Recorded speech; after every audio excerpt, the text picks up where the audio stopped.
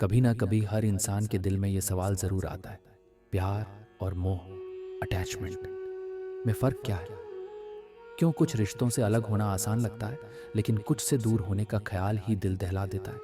देखो, ये उलझन सिर्फ तुम्हारी नहीं है, हर कोई इस रास्ते से गुजरता है। हम सब जानना चाहते हैं कि असली प्रेम कहाँ है और कब वो मोह बनकर हमें बांध लेता है। प्रेम और मोह बाहर से एक जैसे दिखते हैं, लेकिन भीतर से दोनों बिल्कुल अलग हैं। प्रेम का मतलब है मैं तुम्हारी खुशी चाहता हूँ, चाहे तुम मेरे पास रहो या ना रहो। ये आज़ाद करता है, हल्का बनाता है, सूरज की तरह जो बिना शर्त सबको रोशनी देता है। मोह, अटैचमेंट का मतलब है तुम्हारे बिना मैं अधूरा हूँ। मेरी शांति, मेरी पहचान, मेरी पूर्णता तुम पर टिकी है। इसमें डर है, बोझ है, इसमें खुशी किसी और के हाथों में होती है और दुख भी। जैसे सोचो, एक फूल खिला है, अगर तुम उसे पेड़ पर खिला देखकर खुश हो तो ये प्रेम है। अगर तुम सोचो ये मेरे पास होना चाहिए, नहीं तो ये खो जाएगा, और उसे तोड़ लो तो ये मोह है। अब सवाल आता है, दोस्तों से अलग होना आसान क्यों लगता है और परिवार से क्यों मुश्किल? क्योंकि दोस्ती पेड़ की शाखाओं जैसी है, खूबसूरत है, लेकिन अगर एक शाख टूटी भी तो पेड़ खड़ा रहता है। परिवार जड़ों जैसा है, अगर जड़ ही कट जाए तो पेड़ गिर जाता है। इसलिए दोस्तों से डिटैच होना आसान है, परिवार से नहीं।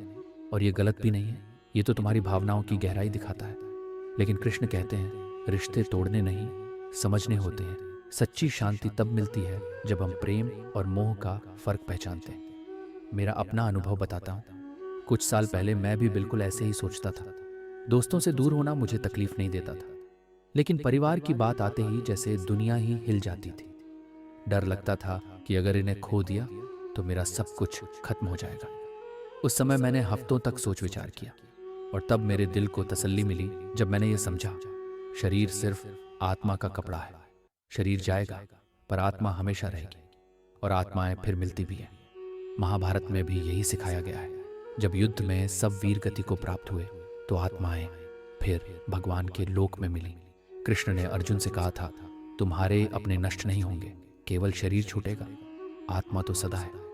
इससे मेरे दिल का डर काफी कम हो गया। मैंने खुद से कहा, अगर सबको जाना ही है तो डर डर के क्यों जीना? जब आत्मा अमर है तो असली खोना कभी होता ही नहीं। एक उदाहरण सोचो, मान लो तुम इंडिया के हो, इंडिया को मान लो भगवान का लोक। अब तुम घूमने जापान चले गए। वो जापान मतलब पृथ्वी लोक। जैसे ट्रैवल के लिए पासपोर्ट वीजा चाहिए, वैसे ही इस दुनिया में आने के लिए हमें शरीर चाहिए। अब तुम जापान घूमकर एंजॉय करके आखिरकार इंडिया लौटोगे ही। वैसे ही हम सब एक दिन इस धरती से अपना ट्रिप खत्म करके वापस भगवान के पास लौटते हैं। तो फिर डर कैसा? असली घर तो भगवान का लोक ही है। यहाँ तो हम सब बस थोड़ी देर के लिए मेहमान हैं। हाँ, इतना सब समझने के बाद भी दिल है कि मानता नहीं। प्यार करने वाले से दूर होने का डर और दुख तो रहेगा, और ये बिल्कुल नॉर्मल है। रामायण और महाभारत खुद हमें यही सिखाते हैं। राम जी भी दुखी हुए जब राजा दशरथ का देहांत हुआ। वो बेचैन हुए जब माता सीता का हरण हुआ। कृष्ण भी दुखी हुए जब अभिमन्यु वीर गति को प्राप्त हुआ। सोचो, जब भगवान अवतार लेकर इंसान बने और उन्हें भी ये सब महसूस हुआ, तो हम तो इंसान हैं। हमारे जीवन में सुख और दुख दोनों ही आएंगे, यही जीवन का नियम है। तो नतीजा यही है, अपने अपनों से डरकर मत जियो। प्रेम करो, मोह मत पालो, क्योंकि प्रेम आजाद करता है, मोह बांधता है। रिश्तों को तोड़ो मत, समझो, उनसे दिल से जुड़े रहो, लेकिन अपनी शांति और अपनी पहचान हमेशा अपने अंदर ढूंढो, भगवान के साथ अपने रिश्ते में।